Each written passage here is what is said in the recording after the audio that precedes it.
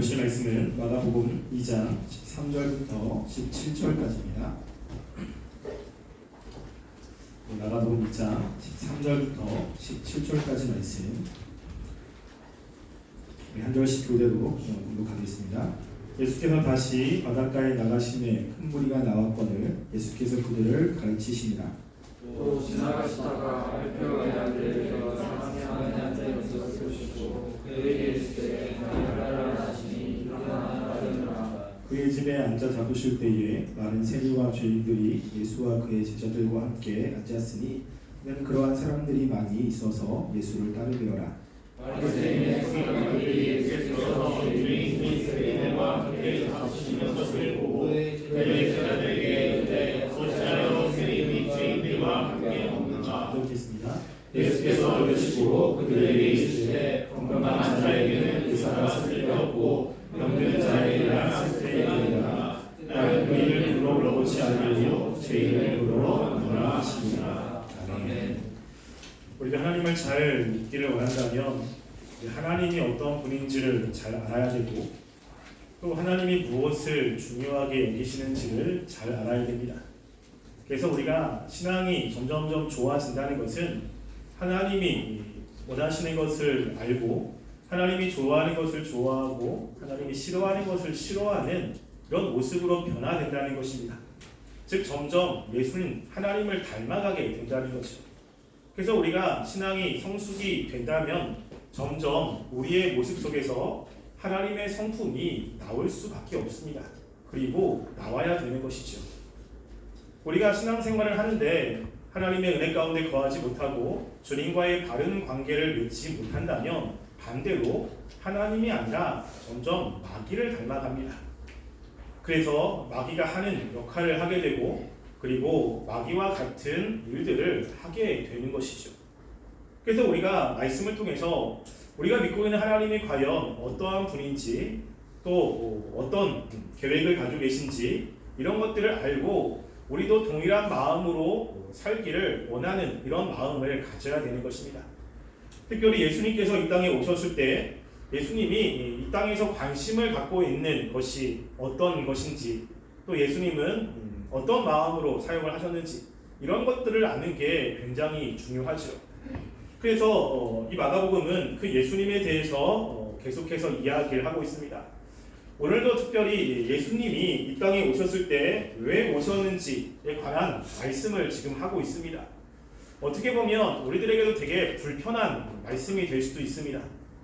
그런데 예수님께서 이 땅에 오셨을 때 어떤 마음으로 사셨는지를 우리가 깨닫고 우리도 그런 마음으로 사람들을 바라보며 우리 공동체를 바라보는 이런 마음이 있었으면 좋겠다라는 생각을 갖게 됩니다. 13절부터 17절은 두 개의 사건이 기록이 되어 있습니다. 먼저 첫 번째 사건은 13절부터 15절까지 바로 레위를 예수님께서 부르시는 사건이 기록되어 있고요.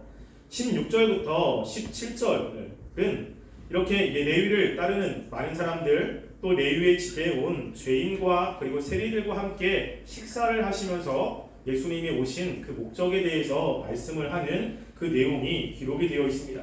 우리 그것을 함께 살펴보려고 합니다. 13절 보시면 예수님께서 다시 바닷가에 나가심에 큰 무리가 나왔습니다. 그러니까 예수님이 가는 곳곳마다 사람들이 예수님을 따랐습니다. 이들이 예수님을 따른 것은 예수님이 메시아이기 때문에 따른 것이 아니라 예수님을 따라가야 자신의 병도 고쳐지고 자신이 원하는 것을 얻을 수 있기 때문에 예수님을 따라갑니다. 그때 예수님께서 하셨던 것은 그들을 가르치시니라고 하는 것이죠. 즉 그들의 생각을 교정시켜 주시고 그리고 그들이 무엇을 바라보고 믿어야 되는지를 계속해서 말씀을 하고 있다는 것입니다. 이 가르치심이라고 하는 것은 미완료 과거형으로 되어 있습니다. 과거형이라는 것은 예전에 했던 그 하극을 계속하고 있다는 겁니다. 그러니까 예수님은 가는 곳곳마다 병을 고쳐주시기도 하지만 말씀을 하셨어요. 그래서 하나님의 나라에 대해서 하나님의 계획에 대해서 구약의 말씀에 대해서 그들이 잘못 살고 있었던 것을 다시 이제 하나님의 뜻이 무엇인지로 다시 설명을 하고 있는 것이죠. 그래서 우리가 신앙생활을 할 때 중요한 것은 하나님의 말씀을 아는데 그 말씀을 하나님이 말씀하신 의도대로 아는 것이 굉장히 중요하다고 이야기했습니다. 그래서 우리가 말씀을 사용할 때 하나님이 원하시는 방향으로 말씀을 사용해야지 때로는 자기의 유익에 따라서 말씀을 사용하는 경우가 굉장히 많이 있습니다. 특별히 말씀을 많이 알고 또 그 말씀을 잘 가까이 하는 사람들은 말씀을 가십거리로 쓰기도 하고 농담으로 쓰기도 하고 때로는 그 말씀을 통해서 자기의 유익을 위해서 사용하는 경우도 굉장히 많습니다. 이거는 주님께서 원하시지 않는 겁니다. 우리 하나님의 말씀을 가지고 무엇인가 이야기하거나 설명할 때 그 말씀이 정말 하나님이 원하시는 의도대로 그 말씀을 사용해야지, 그렇지 않으면 우리는 하나님의 말씀을 잘못 사용하고 있는 것입니다. 우리가 예전에 전신갑주를 이야기할 때 마지막 공격 무기가 검이라고 이야기를 했어요. 말씀의 검이죠. 그러니까 이 말씀은 굉장히 강력한 무기입니다. 그래서 마귀를 물리치고 영적인 싸움에서 승리할 수 있는 굉장히 강력한 무기가 말씀이에요. 그 예수님께서도 이 사탄과의 이 싸움에서 이 말씀으로 그 사탄을 물리치셨죠. 그런데 이 예리한 말씀이기 때문에 잘못 사용하면 공동체를 깨뜨리고 상처를 줄 수 있습니다. 그래서 이 말씀을 잘 사용하는 게 너무나 중요해요. 그래서 하나님이 원하시는 방법대로 그 말씀들을 잘 가르치면 그 말씀을 듣는 사람들이 또 그 말씀을 같이 묵상하는 사람들이 은혜를 받고 세워지지만, 말씀이 잘못 사용이 되면 그 말씀 때문에 도리어 공동체가 깨지는 경우가 너무 많습니다. 지금 예수님께서 말씀을 가르치실 때 그 말씀을 통해서 사람들을 세우시고 그리고 하나님이 원하신 대로 이끌기 위해서 말씀을 사용하고 있는 것입니다. 교회가 보면 우리가 말씀을 되게 중요하게 생각하잖아요. 여러분들 말씀 중요하게 생각을 하죠. 그런데 교회에서 말씀을 되게 안 좋게 보는 경향도 있습니다. 그래서 제자 훈련을 굉장히 좋지 않은 걸로 이야기하고 성도들한테 말씀을 강의하는 것을 굉장히 안 좋은 것이라고 이야기하시는 분들이 굉장히 많습니다. 우리는 아이러니한 거예요. 왜냐하면 예수님도 말씀을 가르치는 것을 굉장히 중요하게 여겼고 그리고 말씀을 가르치라고 이야기를 했고 말씀을 통해서 하나님을 알아가는데 왜 말씀을 가르치는 것을 그렇게 싫어할까? 교회가. 그 이유는 그 말씀을 배운 사람이 잘못 쓰기 때문에 그렇습니다. 그 말씀을 가지고 있는 사람이 다른 사람을 정죄하는 것에, 교회를 깨뜨리는 것에 이렇게 잘못 사용하니까 이 말씀이 굉장히 날카로운 검이기 때문에 사람들이 상처를 받고 교회가 깨지고 분열이 되는 거예요. 그러니까 이 말씀은 굉장히 중요한데 쓰는 사람이 잘못을 하다 보니까 정말로 교회의 아름다운 공동체가 깨지기 시작합니다. 그러니까 그것을 본 사람들은 야, 말씀을 가르치는 거 위험한 거다. 성도들에게 말씀을 가르치는 건 안 좋은 거다. 말씀을 많이 알면 머리가 커지고 교회를 분열시킨다. 이렇게 생각을 하게 되는 것입니다.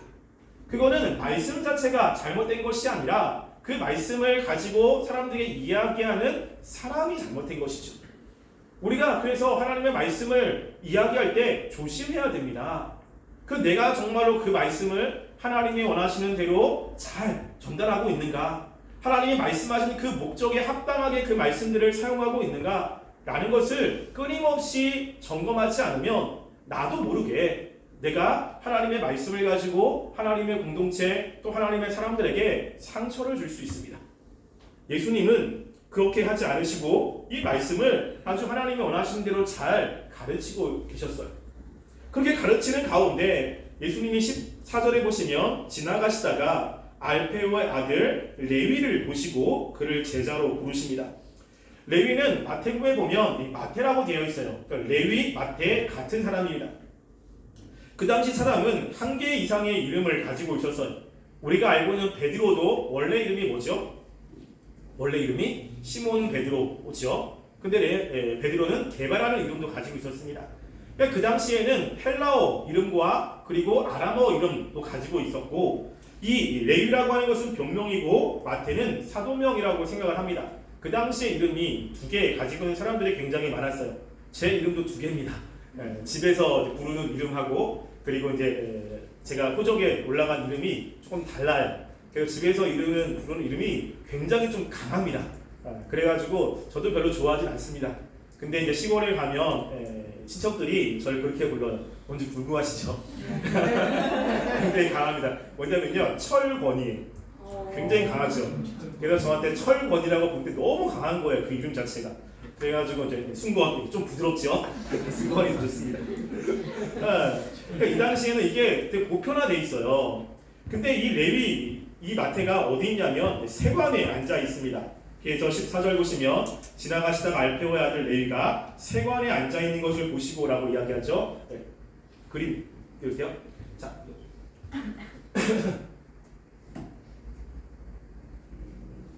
네, 여기가 어디냐면 갈릴리 바다입니다.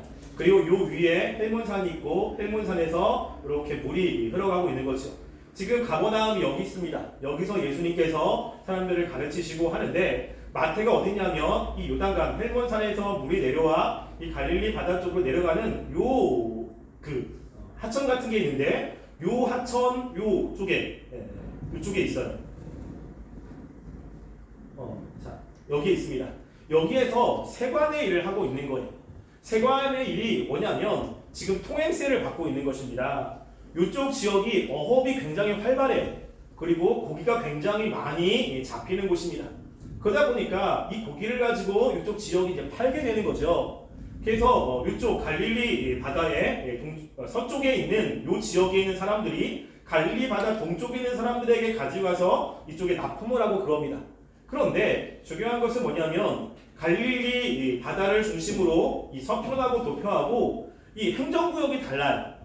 그래서 예수님 당시에 헤롯을 대헤롯이라고 이야기를 하고 대헤롯이 죽은 다음에 헤롯의 영토를 그의 아들 3명에게 나누어 주었습니다.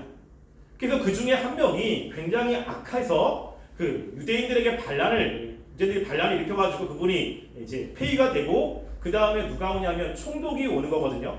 그 총독 중 한 명이 우리가 알고 있는 빌라도 총독입니다. 빌라도 총독이 다스리는 곳은 이 예루살렘 쪽을 다스려요. 그런데 이쪽 갈릴리 바다 쪽으로 요 강을 중심으로 그 동쪽은 헤롯 빌립이라고 하는 사람이 다스리고 서쪽은 헤롯 안티바스라고 하는 사람이 다스리는 겁니다. 지금 레위는 어디 사람이냐면 헤롯 안티바스가 다스리는 곳에서 지금 세관의 일을 하고 있는 거예요. 그래서 헤롯 안티바스가 다스린 땅에서 헤롯 빌립 쪽으로 가려면 가운데 통행세를 내야 돼요. 통행세. 그 통행세를 맞는 일을 한 사람이 누구냐면 레위입니다. 레위. 지금도 우리나라도 부산에서 거제도로 들어가려면 통행료를 내죠. 이때도 마찬가지예요. 왜냐하면 돈이 그 나라를 다스리려면 돈이 필요하잖아요. 그렇기 때문에 이런 통행세를 통해서 이제 그 나라 자신이 다스리는 곳에 어떤 자금을 이렇게 충족하고 이제 그렇게 했습니다. 그래서 대부분 중요한 인도세나 아니면 이런 세, 토지세 같은 경우는 로마 사람들이 직접 이렇게 징수를 했지만 이렇게 지금 얘기하는 통행세 같은 경우는 그 지역을 다스리는 왕이나 아니면 총독이 대신 거둘 수 있도록 이렇게 하고 있는 거죠. 근데 레위가 지금 이 헤롯 안티바스라고 하는 지역에서 이 통행세를 걷고 있는 사람입니다. 그런데 이 레위라고 하는 이 사람, 특별히 이제 세관, 이 사람은 유대인들이 그렇게 썩 좋게 보는 사람들은 아닙니다.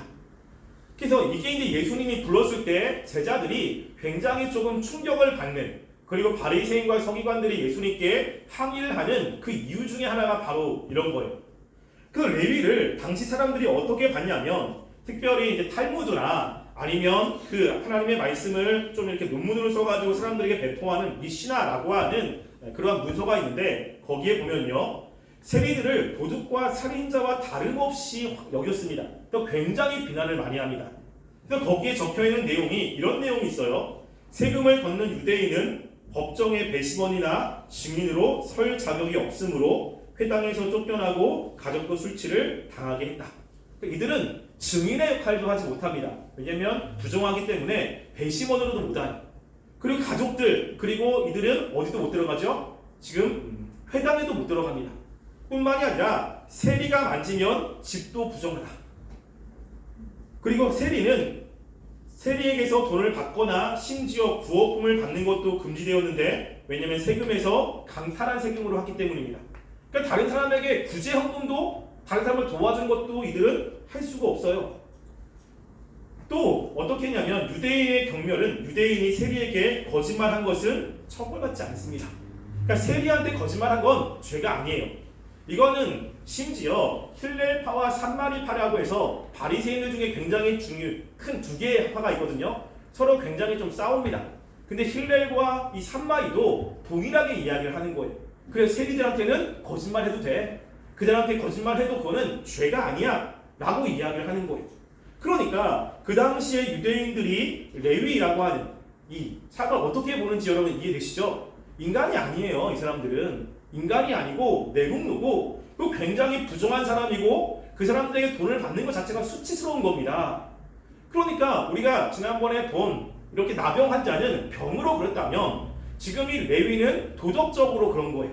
사회적으로도 도덕적으로도 굉장히 부패하고 그리고 그 사람 취급을 하지 않는 이러한 사람이었다라고 하는 것이죠. 그도 그럴 것이 그러면 그 나병은 자기가 원해서 그렇게 걸린 건 아니잖아요. 그러니까 어쩔 수 없이 걸리는 거예요. 그런데 지금 여기 나와 있는 이 세리는 자신이 원해서 선택한 겁니다. 그러니까는 사람들이 굉장히 안 좋게 보죠. 근데 예수님이 지금 이 사람을 부르고 있다고 하는 거예요. 모든 사람이 이 세리를 부정한 사람, 인간답지 않은 사람, 접촉하기 싫은 사람이라고 여기는데 예수님이 지금 이 세리를 부르고 있다라고 하는 겁니다. 근데 예수님이 이 세리를 그런 사람인지 모르고 불렀냐? 그렇지 않아요. 우리가 14절 보시면 세관에 앉아있는 것을 보시고 부르시는 거예요. 이 보시다라고 하는 뜻은 자세히 본다라는 뜻이거든요. 우리가 이 앞에 1장에서도 예수님께서 베드로나 안드레, 요한 이렇게 부르잖아요. 부르실 때 동일하게 사용된 게 뭐냐면 그들을 보시고 부르는 거예요. 어떤 사람인지, 그리고 신앙이 얼마나 되는지, 그들의 마음은 어떤지, 지금 어떤 상태인지 모든 것을 파악하고 부르시는 겁니다. 그러니까 예수님이 세리를 부를 때 이 사람이 그렇게 부정한 사람인지 모르고 부르시는 건 아니라는 것이죠. 그래서 지금 이 사람을 제자로 불렀습니다. 여러분 근데 우리가 여기서 하나 생각할 건 뭐냐면요. 예수님은 그 세리를 불렀는데 함께 있던 제자들을 어떻게 모았을까라고 하는 거예요. 그럼 예수님은 무엇인가 목적을 가지고 불렀을 겁니다. 그렇죠? 근데 제자들은 그 사람을 어떻게 불렀을까? 예수님한테는 항변할 수가 없겠죠. 왜냐면 예수님이 권위가 있기 때문에 왜 그런 사람을 불렀습니까? 라고 항변할 수 없을 텐데 지금 이 세리가 예수님의 부름에 응답을 해요. 응답을 해서 예수님의 제자로 들어오거든요. 그러면 제자들이 누구를 싫어할까요? 세리를 싫어하겠죠. 아니 양심도 없지. 어떻게 지금 그렇게 부정한데 예수님의 제자로 들어온다고? 세리가 들어오면 내가 속해 있는 공동체는 부정한 공동체가 되는 거예요. 그 사람이 들어오는 그 순간부터 다른 많은 유대인들의 질타를 받을 수밖에 없고 경멸을 받을 수밖에 없습니다. 그럼 제자들이 예수님의 선택을 어떻게 생각했을까? 만약에 내가 예수님의 제자라면 나는 과연 그 레위, 이 마태를 어떻게 생각하겠까? 그럼 어떻게 보겠습니까? 이 마태가 마태복음을 쓴 사람이거든요. 결국에는. 그럼 지금 제자들은 말도 안 되는 지금 이런 행동을 하고 있는 거예요, 예수님이. 네, 그렇죠. 자, 지금 제자들 볼 때는 왜 이런 사람을 지금 이렇게 부르시지? 라는 생각을 할 수도 있습니다. 근데 지금 예수님께서는 이 세리를 부르실 때 이 세리를 사랑하셔서 나름대로 목적을 가지고 부른 거잖아요. 근데 사회적으로 보면 다른 사람들의 법정에서 증인이 될 수 없는 사람이에요. 근데 예수님이 불렀다는 것은 지금 이 사람이 예수님을 증거하는 증인의 역할을 해야 된다는 거거든요. 그러니까 사람들이 볼 때는 야 세리야 라고 하면 그 사람 말을 믿지 않습니다. 근데 예수님은 그 사람을 불러서 예수님을 증거하는 제자의 삶, 증인의 삶을 시키고 있다고 하는 거예요. 무엇입니까? 예수님이 이 사람을 불러서 이 사람의 삶을 바꾸시는 거예요. 사람이 볼 때는 정말로 제자의 삶을 살 수 없는 사람이에요. 그리고 굉장히 부패하고 그리고 사람 취급도 받지 못하는 사람입니다. 근데 예수님을 그 사람을 불러서 하나님의 사람으로 만들었고 예수님의 제자로 그 사람을 감당하게끔 누가 바꾸시고 있죠? 예수님이 바꾸시고 있다는 겁니다. 그럼 예수님이 그런 사람도 데리고 온 거죠. 그때 이 레위는 내가 지금 이런 세리인데 어떻게 예수님을 따라가겠어? 이런 생각을 갖지 않았어요. 뭐라고 하죠? 바로 따라갑니다. 나를 따라오라 라고 하니까 이 마태는 그냥 예수님을 바로 따라갑니다. 따라간다는 것은 뭐냐면요, 예수님의 권위에 굴복하는 것이고 그리고 예수님을 믿는다라고 하는 거예요. 그래서 자신의 모습을 봤다면 예수님을 따를 수가 없습니다. 사람들의 평판을 생각한다면 예수님께 갈 수가 없어요. 그리고 내가 그 공동체에 들어갔을 때 사람들 나를 어떻게 볼까라고 생각한다면 이 마태는 예수님의 그 공동체에 들어갈 수가 없습니다. 그러면 이 마태는 어떻게 해서 그 공동체에 들어갔습니까? 다른 사람을 보는 게 아니라 예수님만 봤어요. 예수님의 부르심 그리고 예수님의 권위, 그 권위만 보고 간 것입니다. 그 예수님이 이 레위를 변화시킨 거예요. 그래서 우리도 마찬가지. 우리가 무엇인가 주님을 따를 때 다른 사람을 보면 우리는 잘 못 따라갑니다. 자꾸만 다른 사람의 시선을 생각하면 우리는 자꾸만 제어가 되고 그리고 위축이 되고 그래요. 그 사람이 나를 어떻게 볼까? 근데 주님이 우리를 부르셨다면 그 나를 부르신 그 하나님만 바라보고 가야 되는 거예요. 하나님만 보고 그 길을 가야 주님의 일을 할 수 있는 것입니다. 자꾸만 사람들의 시선이나 이런 것들을 바라보면 자꾸만 주님의 길을 가는데 제약이 될 수밖에 없어요. 지금 이 마태가 예수님의 제자가 되어서 그 베드로와 함께 많은 일을 하고 그리고 결국에는 우리들이 굉장히 중요한 마태복음이라는 것을 썼습니다. 정말로 중요한 역할을 했잖아요. 근데 처음에는 그런 자격이 없는 사람이었어요. 주님의 부름을 들었고 그 부름을 받아서 주님을 따라갔더니 누가 이렇게 만들어주신 것입니까? 예수님께서 만들어주신 거예요. 예수님께서 이렇게 마태를 하나님의 일을 감당할 수 있는 사람으로 변화시키고 새 사람으로 바꾼 것입니다. 우리가 주님을 따라가면, 우리가 정말로 주님을 믿음으로 따라가면 우리의 모습도 변화가 되는 겁니다. 그래서 우리가 고린도후서 5장에 보면 뭐라고 하냐면 누구든지 그리스도 안에 있으면 새로운 피조물이다 라고 이야기를 해요. 변화가 되게 되어 있는 것입니다. 자, 그런데 이제 문제는 이제 15절부터 17절이에요. 자, 이게 뭐냐면 이제 세리가 이 마태가 예수님의 은혜에 너무 감사해서 예수님을 지극정성으로 집으로 모셔가지고 잔치를 베풉니다. 그 잔치를 베푸니까 많은 사람들을 초대할 거 아니겠어요? 근데 이 사람의 직업이 세리예요. 그러니까 세리가 친구를 초청하면 누구를 초청하겠습니까? 세리를 초청하겠죠. 당연히 올 수밖에 없어요. 그러니까 돈이 많겠다. 그래서 잔치를 거하게 한 것 같아요. 그래서 예수님이 식사를 할 때 여기서 이제 앉아 잡수신다라고 하는 것은 이게 누워서 잡수시는 거예요. 그러니까 성경에서 앉았다 잡수신다라고 했을 때는 전부 다 이렇게 누워서 잡수시는 거거든요. 그러면 이게 그 당시의 문화에 누워가지고 밥을 먹을 때 이렇게 눕는 것은 대부분 큰 잔치나 아니면 상석 이럴 때 이런 자리를 마련해 줍니다. 그렇게 세리가 초청하니까 많은 세리와 죄인들이 함께 같이 먹고 마시는 거예요. 그런데 그 모습을 누가 봤냐면 바리새인과 서기관들이 보고 있는 것입니다. 바리새인과 서기관들은 말씀을 굉장히 많이 알고 있는 사람들이죠. 그 사람들이 지금 예수님과 함께 있는 사람들을 보니까 죄인들이에요. 그리고 사람 취급도 못 받는 하나님 앞에 갈 수 없는 사람들인 것이죠. 그들이 뭐라고 생각하냐면 16절에 어찌하여 세리 및 죄인들과 함께 먹는가? 라고 반문을 하는 거예요. 당연히 그럴 수 있죠. 그들의 입장에서 보면. 왜 세리는 아까 얘기했지만 정말 사람 취급도 안 돼. 같이 있으면 안 되는 거예요. 부정해서 내가 부정하면 하나님께도 못 나가는 것입니다. 그러니까 이들의 입장에서는 어떻게 보면 당연한 거예요. 어떻게 보면. 근데 예수님께서 이렇게 하시는 목적이 분명히 있죠. 그냥 하시는 것은 아닙니다. 그러니까 예수님께서 하시는 모든 행동, 모든 말, 그것은 그냥 어쩔 수 없이 그렇게 하시는 것이 아니라 무엇인가 의도를 가지고 하시는 거예요. 그 의도. 지금 여기도 마찬가지입니다.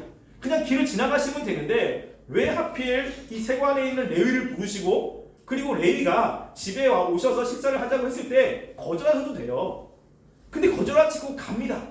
근데 우리가 알듯이 예수님 주위에는 사람들이 굉장히 많아요. 늘 사람들이 북적북적 됐습니다. 그러면 세리 집에 왔을 때 사람들은 예수님을 따라서 세리 집으로는 못 들어가고, 왜냐하면 부정하니까 세리가 만지면 집이 부정하잖아요. 못 들어가고 세리 집 앞에 웅성웅성하면서 몰려있을 겁니다. 그럼 그 중에 많은 사람들이, 말씀을 알고 있는 사람들이 아니 어떻게 죄인들과 같이 들어가지? 왜 저 집에 들어가지? 이렇게 생각을 하지 않았겠습니까? 예수님이 다 아시고 하시는 거예요. 의도적으로 하시는 겁니다. 근데 예수님께서 자신이 왜 그렇게 하시는지에 대해서 말씀을 하시는 거예요. 그게 17절 말씀입니다. 우리가 아마 잘 알고 있는 말씀이겠죠? 17절 말씀에 보면 건강한 자에게는 의사가 쓸데없고 병든 자에게야 쓸데있느니라. 나는 의인을 부르러 온 것이 아니요 죄인을 부르러 왔노라 라고 이야기합니다. 여기서 보면 두 가지 문장이 있어요. 첫 번째는 건강한 자에게는 의사가 쓸데없고 병든 자에게라야 쓸데있느니라 라고 하는 문장과 그리고 나는이라고 하는 그 문장으로 두 개가 나눠집니다. 여러분 앞에 있는 문장은요 속담이에요. 그 당시 사람들이 쓰고 있는 속담입니다. 그러니까 그 당시 사람들이 이런 속담을 썼어요. 특별히 역사적으로 보면 폴로타코스라고 하는 사람이 유배당한 스파르타 왕 그 파우사니우스라고 하는 사람에 대해서 이야기할 때 이 이야기를 씁니다. 뭐라고 하냐면 의사들을 습관은 건강한 자들에게 자기 시간을 쓰는 것이 아니라 사람이 아픈 곳에 쓰는 것이다 라고 이야기하면서 요 말씀을 빗대어서 그 왕에 대해서 이야기를 합니다. 그러니까 일반적으로 사람들이 쓰고 있는 그런 속담이에요. 예수님은 일반적으로 사람들이 쓰고 있는 그 속담을 빌어서 예수님 자신의 사역을 사람들에게 알려주고 있는 것이죠. 그러면 속담을 알고 있기 때문에 너무나 예수님의 사역을 잘 이해할 수 있는 거예요. 그것이 무엇입니까? 예수님은 의인을 불러 온 것이 아니고 죄인을 불러 왔다라고 하는 거예요. 예수님이 오신 이유 자체가 죄인을 불러 온 것입니다. 그러니까 이 레위도 죄인이기 때문에 불렀고 그 사람을 불러서 구원시키려고 예수님께서 오신 것 아니겠어요? 이게 예수님이 하시는 모습이에요. 근데 여기에서 의인이 누굽니까? 의인. 예수님이 얘기하는 요 당시 사람들에게 의인. 그건 누구죠? 실제 의인이 아니에요. 실제 의인은 없습니다. 여기서 의인이라고 하는 것은 자기를 의인이라고 생각하고 있는 사람들이 누구겠습니까? 여기서 생각하고 있는 바리새인과 서기관들이에요. 바리새인과 서기관들은 자신을 의인이라고 생각한 거예요. 지금 여기서 죄인은 세리들과 죄인들이죠. 그러니까 예수님이 온 것은 스스로 의인이라고 생각하는 사람들을 위해서 온 게 아니에요. 그들은 예수님께 오지 않습니다. 왜냐하면 자기 의인이잖아요. 열심히 하나님의 말씀에 순종했고 하나님의 상을 받는다고 생각했고 하나님의 자녀라고 생각했기 때문에 예수님께 오지 않습니다. 예수님은 그들을 위해서 온 것이 아니에요. 스스로 생각할 때 죄인이라고 생각하는 사람들, 그 죄인들을 구원하시기 위해서 왔다는 것입니다. 근데 우리가 여기서 생각할 건 뭐냐면요, 의인들은 그러면 어떻게 생각하느냐라고 하는 거예요. 아까 전에 제가 이야기했듯이 지금 예수님의 제자들이 이 레위가 들어왔을 때 무슨 생각을 했을까? 그리고 과연 레위를 잘 받아줬을까? 그렇지 않았겠죠? 왜 안 받아줬겠습니까? 그 사람과 나는 다른 사람이에요. 레위는 죄인이고 나는 죄인이긴 하지만 그들과는 다른 사람이죠. 그럼 지금 여기서 서기관과 바리새인들이 그러는 거예요. 서기관과 바리새인들은 죄인, 세리 나누고 그리고 나는 하나님의 사랑받는 의인입니다. 지금 이 자신이 의인이라고 생각하는 사람의 특징은 뭐냐면요, 분리주의자가 되는 거예요. 예수님은 죄인을 불러왔습니다. 나도 죄인이기 때문에 나도 불렀어요. 근데 정말로 내가 볼 때 사회적으로 악한 사람도 예수님을 부를 수 있습니다. 왜? 죄인을 불러왔기 때문에 그렇잖아요. 근데 그 사람이 내가 속해 공동체에 들어왔을 때 불편하다고요. 왜 왔지? 저 사람이 오면 내가 속한 공동체는 사람들의 지탄을 받는데 왜 왔지? 안 왔으면 좋겠는 거지. 그리고 그렇게 오면 사람들로부터 좋지 않은 인식을 받게 되죠. 그러니까 불편하기 시작하는 거예요. 그래서 뭐냐면 그들과 나를 나누기 시작하는 것입니다. 왜 나눕니까? 나는 그들과 같은 죄인이 아니에요. 죄인이어도 그렇게 죄인은 아닙니다. 그들은 더 죄인이고 나는 조금 나은 죄인이죠. 무엇입니까? 나는 그냥 낫다는 거죠. 그럼 스스로 의인이라고 생각하는 사람들은 자꾸만 다른 사람과 나를 구분하기 시작해요. 물론 지금 이들이 그렇게 구분하는 것 어떻게 보면 합당할 수도 있습니다. 왜냐하면 민족주의적인 입장에서 보면 이 세리들은 정말로 말도 안 되는 사람이죠. 함께하면 안 되는 사람이 민족주의적으로는. 그런데 우리가 하나님의 백성들, 하나님의 관점에서는 이들에게도 예수님이 필요한 사람들입니다. 그리고 그들도 죄인이고 나도 죄인인 거예요. 예수님은 나를 위해서도 왔고 그들을 위해서도 온 것입니다. 그러면 내가 예수님께 구원받은 사람으로서 모인 공동체는 그렇게 죄인이라고 생각하는 그들을 내치면 안 되는 거지요. 내쳤다는 것 자체는 뭐냐면 그들과 우리는 다르다라고 하는 거잖아요. 그러니까 사회적으로 악한 사람들, 그리고 사회적으로 지탄받는 사람들, 그 사람들에게 우리는 어떤 마음을 가져야 됩니까? 그들도 들어올 수 있도록 열린 마음을 가져야 되는 거예요. 예수님이 지금 계속 그런 일을 하고 있는 것입니다. 창녀들, 세리들, 그리고 범법자들 전부 다 만나서 그들을 예수님이 부르시고 있는 거예요. 우리가 속해 있는 이 공동체, 이 기독교라고 하는 공동체는요, 의인들의 모임이 아닙니다. 의인은 없어요. 우리가 예수님의 자녀가 되고 의인이라고 하는 그러한 칭호로 불릴 수도 있지만 실제 우리는 죄인들입니다. 죄인인 우리를 부르신 거예요. 먼저 부르는 것뿐이죠. 그리고 다른 악한 사람들도 예수님은 부르신다는 것입니다. 그럼 우리가 주님의 마음으로 그 사람들을 볼 때 주님의 마음으로 봐야 되는 거예요. 그게 굉장히 중요한 것이라는 것입니다. 근데 좀 불편할 수 있죠. 우리가 불편할 수 있습니다. 그래서 예를 들어서 일본과 관계가 안 좋다. 국제적으로. 그러면 일본 선교사님들의 후원이 끊어집니다. 그거 아세요? 되게 힘들어합니다. 그래서 일본과 국제적인 관계가 안 좋으면요, 교회에서 모든 그 선교사님 후원을 다 끊어버려요. 그래서 선교가 굉장히 힘듭니다. 그러니까 우리가 그럴 때 여러분 그럼 어떻게 생각하세요? 맞습니까? 근데 그거를 그 선교사님이나 그 일본을 그냥 우리나라와 일본이라고 하는 그 민족주의적으로 보면 도와주면 안 되죠. 악한 사람들입니다. 그런데 내가 하나님의 나라 백성이라고 하는 관점으로 본다면 그들이 그렇게 해도 그 안에 죄인인 사람들, 그렇게 악하게 하는 죄인들이에요. 그들에게 누가 필요합니까? 예수님이 필요한 거죠. 그들에게도 예수님이 들어가야 되고 그들에게도 복음이 들어가야 되는 것입니다. 그러면 그런 관계 속에서 후원금을 끊는다. 이러면 안 되는 거죠. 우리가 교회 안에 때로는 나와 맞지 않는 사람들이 있을 수 있어요. 그럼 내가 맞지 않는 거예요. 그 사람들 안 왔으면 좋겠는 거. 주님은 원하는데 누가 안 왔으면 좋겠는 거죠? 내가 안 왔으면 좋겠는 거예요. 내가.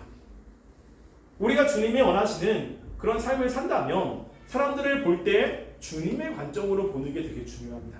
물론 불편할 수 있습니다. 그리고 내가 그것 때문에 힘들 수도 있습니다. 그리고 본능적으로 거부할 수도 있습니다. 이건 당연한 거예요. 인정을 합니다. 그렇지만 우리 마음 가운데는 어떻게 기도해야 되냐면 예수님께서는 죄를 위해 왔고 나도 죄인인데 나로 불렀습니다. 내가 그 사람을 주님의 관점이 아니라 내 다른 관점으로 보는 관점이 있다면 그 관점을 바꿔달라고 기도하셔야 돼요. 그리고 그들을 용납할 수 있게 해달라고 그거를 가지고 기도해야 됩니다. 저도 되게 굉장히 힘들어하는 유형의 사람들이 있습니다. 저 웬만해서는 그냥 그룹으로 잘 지내거든요. 근데 굉장히 힘든 사람이 있어요. 그럼 너무너무 불편합니다. 같이 있는 것 자체가 불편합니다.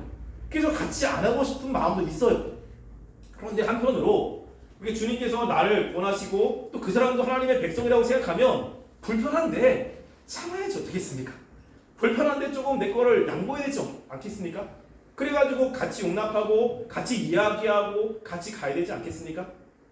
우리가 지금 있는 이 기독교라는 공동체는요, 죄인들의 모임이에요. 그래서 다른 불편한 사람이 와도 우리가 그들을 반갑게는 아니더라도 그래도 그들을 용납할 수 있는 마음이 있어야 되는 것이죠. 이게 주님이 원하시는 마음이라는 것입니다. 바리새인들은 철저하게 분리했어요. 그래서 예수님이 하신 것을 비난했습니다. 왜 그렇게 하냐고. 근데 우리의 구주 예수님은 죄인들을 불러왔습니다. 의인인 거죠. 내가 죄인이라고 생각하면 나에게 예수님이 필요하잖아요. 그 사람도 예수님이 필요합니다. 내가 의인이라고 생각하면 내가 예수님을 부르지만 의인이라고 생각하면 나오는 반응은 분리주의자. 다른 사람과 나를 분리시키는 것입니다. 혹시 여러분의 마음에 다른 사람과 나를 분리시키는 그런 마음이 있지 않습니까? 내가 볼 때 무엇인가 다르다라고 하는 것, 내가 싫어하는 것을 한다고 해서 자꾸만 그 사람과 멀리하고 분리시키고 그 사람이 오면 눈총을 주고 하는 이런 마음이 있다면 우리는 하나님의 관점으로 사람들을 보는 게 아닙니다. 처음에 얘기했듯이 우리가 주님의 마음으로 가야 되는데 그러지 못하고 하나님이 원하시지 않는 관점으로 공동체 사람들을 보게 되면 그 공동체는 분리가 되고 그 공동체는 깨어질 수밖에 없습니다. 우리가 예수님이 이 땅에 오신 이유는 의인들을 위해서 온 것이 아닙니다. 철저하게 죄인들을 위해서 왔습니다. 내가 예수님이 필요하다면 나도 죄인이고 아직까지 예수님을 모르는 그 사람도 죄인입니다. 그러면 죄인들을 부르시는 그 예수님의 그 그 초청에 우리가 응해야 되고 오히려 그러한 삶을 살아야 되지 않겠습니까? 여러분 혹시 마음 가운데 불편한 사람이 있다면 하나님 그런 사람들을 내 관점으로 보지 않게 해달라고 기도했으면 좋겠어요. 주님의 관점으로 그 사람을 용납할 수 있도록 도와달라고. 그리고 나도 죄인이고 그 사람도 죄인이기 때문에 그 주님을 만나면 그 사람도 바뀌거든요. 하나님 그 사람을 하나님께서 은혜 주셔서 변화시켜서 우리 같이 공동체 안에서 함께 신앙생활 할 수 있게 해달라고 기도했으면 좋겠습니다. 나중에 이 예수님의 11명의 제자들이 레위 마태를 공동체로 수용합니다. 그리고 함께 그 사역을 감당합니다. 레위도 바뀔 수 있습니다. 주님을 만나면 얼마든지 바뀌는 것입니다. 그래서 우리가 이 시간 하나님 내가 다른 사람을 볼 때 주님의 관점으로 보게 하여 주시고 주님이 왜 왔는지 그것을 잊지 않게 하시고 내가 죄인이라는 것을 늘 생각하고 살아갈 수 있는 삶이 되게 해달라고 우리 함께 기도하며 나가기를 간절히 소원합니다. 우리 함께 말씀 생각하시면서 기도했으면 좋겠습니다. 하나님 예수님께서 이 땅에 죄인을 보러 왔습니다.